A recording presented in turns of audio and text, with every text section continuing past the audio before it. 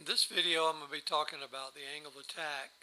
This is a 9-iron, and you can see the yellow line illustrates the path of the club head on the downswing. Angle of attack is the vertical path of the club head. You have a horizontal path of the club, but also a vertical path. And you can see the steepness of the 9-iron, typically 4 degrees down. And then if we change clubs, and I go to, let's go to a driver.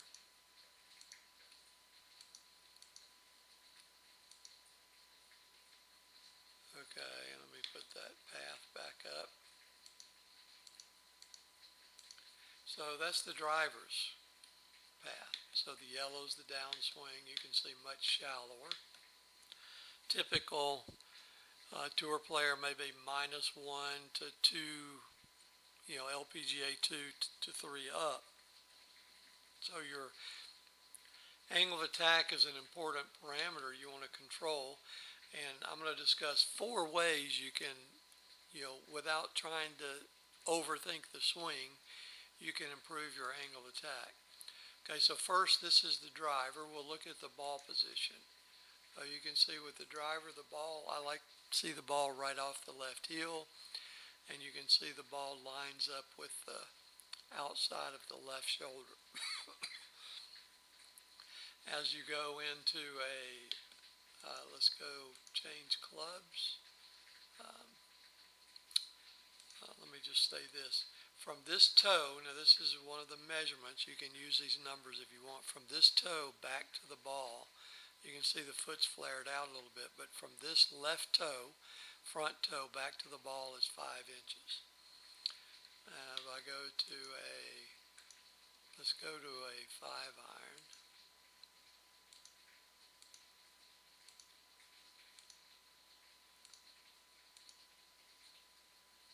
So there's a 5-iron. So now the ball's going to move back, about, almost 3 inches. So now that from that toe back to the ball, typically is going to be about 7 to 8 inches back from that toe, that left toe. And you can see the ball's a couple of inches inside the left heel. It'd be about where your logo would be on your left chest. And then if we go to I'm going to go to,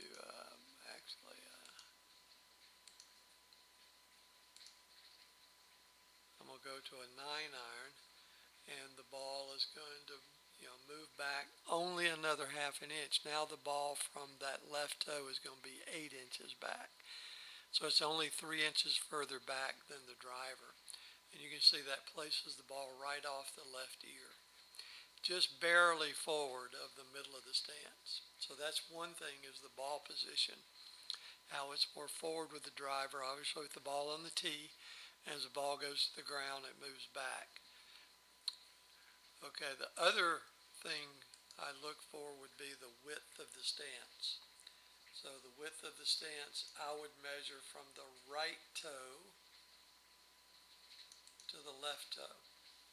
Now this is a 9-iron. Typically, that measurement's going to be anywhere from 17 to 19 inches wide with a 9-iron. And if we go to a 5, the stance, you can see it's going to widen out just a little bit, and the ball moves forward. So the distance now, if we go from toe to toe, is going to be a couple inches wider. So, I would say narrow side 18, wide side would be 20 to 21. And then if we go to a driver,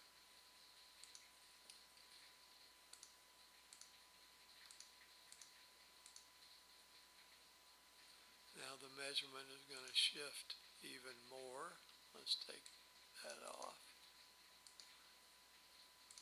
So now from toe to toe, that distance is going to be,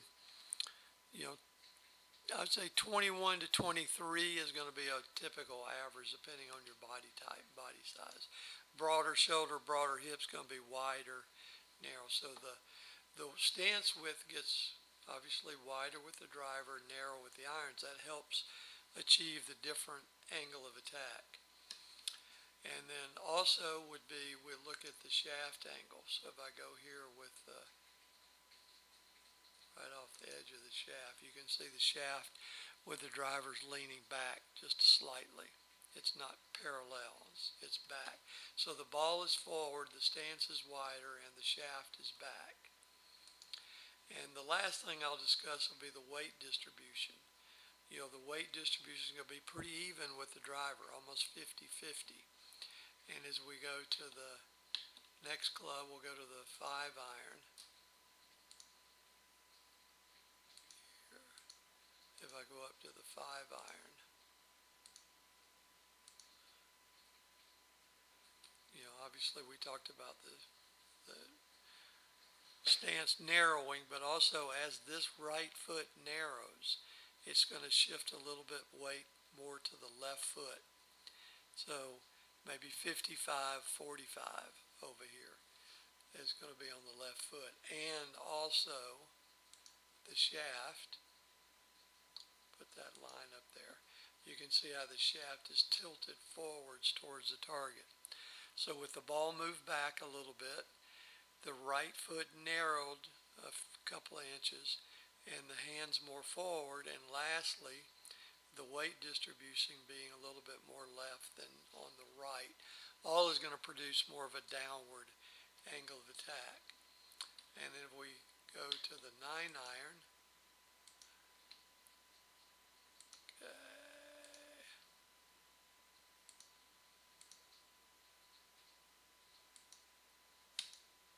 so now the 9-iron, you know, the stance is going to narrow, the ball's moved back a little bit more, the shaft has got a little more lean towards the target, and with that narrowing stance, the weight is going to shift even a little bit more to the front leg, more 60 left, 40 right.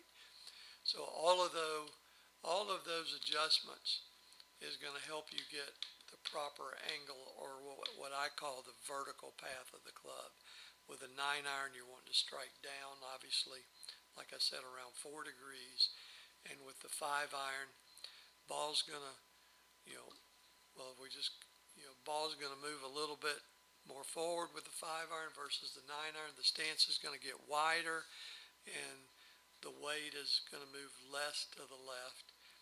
And then when you go to the driver, the stance is going to be wider. The weight's going to be more equal. The ball's going to be more forward. The shaft's going to be back, or your hands behind the ball.